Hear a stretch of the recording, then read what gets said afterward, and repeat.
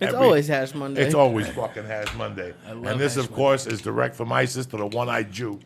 And I love it. This fucking other shit. The crystals of death. Ooh. Look at this. It won't even fucking fall off the side. Look at that Jesus. thing. It's like mixed opium and hash and fucking straight gorilla from Bin biscuits. Laden's asshole right there. This is the shit. It came over. What's happening, Lisa? You up in Toronto? Yeah, I had a great weekend. Telling people how to do a podcast. You're like a regular fucking Simon Boss Sinister. Who's that? Some fucking superhero from the 70s. It was great. I went to the Underground the night before after Steve's shows, and I met Puff Mama, who knew you from before.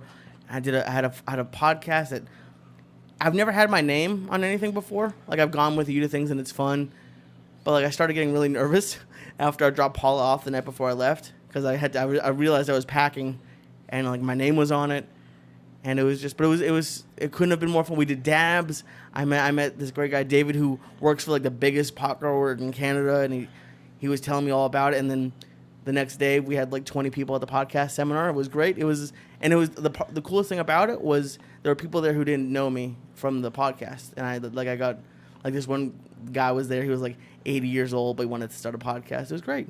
All right. That's kick ass, man. Yeah, I love Toronto, man. Oh my God, I've never been to Canada. Oh, really? I've always heard everyone was really nice, but it was just so much fun, and the food was great, and it was just good Chinese up there in Toronto. Fuck yeah, man. They don't fuck around up there. Duck. Good weed.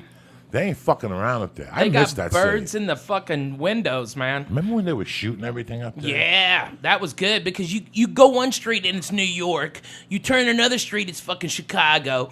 You go in one place, it's goddamn Philadelphia.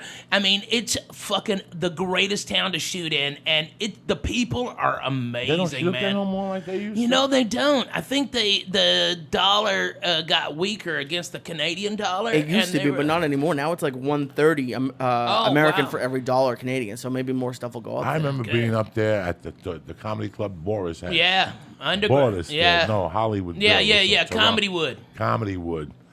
It was 2 weeks for $1,200, $600 a week to headline. Brutal. And you lived over the bar, but then the second week you went to the other club and you lived in a house with his crazy brother who was a driver for a hooker service. Yeah. And he would wake you up every night. Listen, this one got beat up. She's bleeding from the head.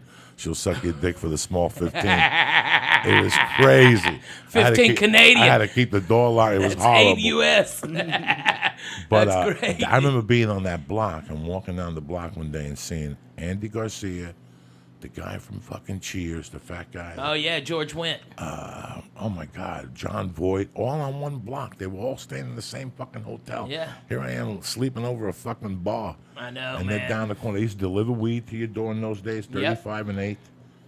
Yeah. Toronto's a good, they have a movie theater. 10 years ago, 15 years ago, they had a movie theater with couches with waitresses. Really? Yeah. 15 years ago, they were. There's at the rooms, fucking game. And the beer there is so fucking good. You know, when last time I played that, I was at the downtown room, and Mitch Hedberg was at the uptown room, and then we flipped. So we went from Bathurst and Steeles down way the fuck down there in downtown. And that's when Mitch met his wife, Lynn.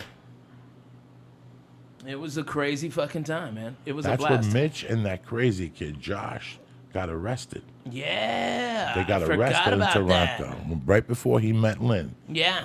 Right before he met Lynn. That club was okay, but then he cut the money and Right. cut the money and it was weird. I like, and I used to You know what sneak I in. think? I think that fucking I think he got pressure from the Russian mafia. Well, he had a partner. Yeah. And they were always there and they were like Russian Jews. Russian Jews. Chubby guy with glasses. Yeah.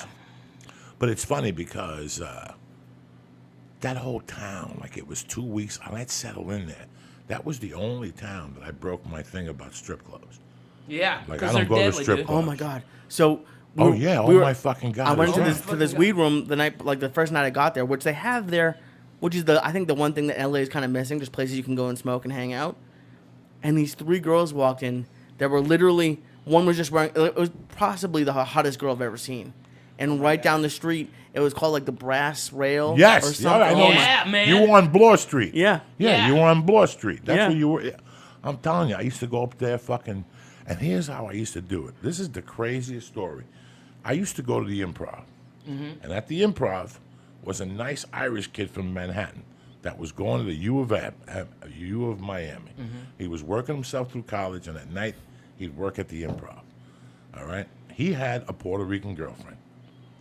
This is how weird life is. We're at the bar one day. Who calls me but Roger Paul? And he goes, Boris wants you to do 2 weeks. I go, I can't get into fucking Canada. I just say this in front of you. I go, they want me to go to Toronto. I don't think I can get into Canada. And she goes, I could sneak you into Canada. I do it every day. And I go, you live in Miami? She goes, no, I don't. I just come down to visit this knucklehead. She goes, I live in Buffalo, New York. But my father's retired. And he's a professional gambler. And he gambles in whatever. They gave him a pass that he goes right fucking through. Oh, wow. So he would drive me to Ontario to the bus station. And then I would take the bus from Ontario to Toronto. And I would stay there 2 weeks. But the beauty was on the way out. Because then I'd give him my ID, and you'd see him look at the ID and go, like they would fucking look at the computer, and they'd look at me and they go, when did you come in here? And I go, last week. I came on the other side. No, you didn't. Yes, I did, but it's too late fucking now. You know what I'm saying?